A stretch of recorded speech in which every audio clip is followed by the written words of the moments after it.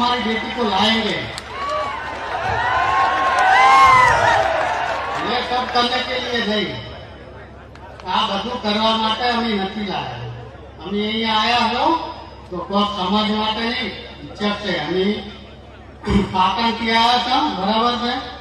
તમારા બધા અહીંયા આગેવાન છે, બધા સમાજના 24,1253 ગામના ચૌધરીઓ ભેગા થયા છે। રિઝલ્ટ આયા વગર જવાનું નથી। રિઝલ્ટ આયા વગર સમજતા ને, રિઝલ્ટ આયા વગર જવાનું નથી, બરાબર છે। એટલે કોઈએ પાછું પાનું કરવાનું આવતું નથી।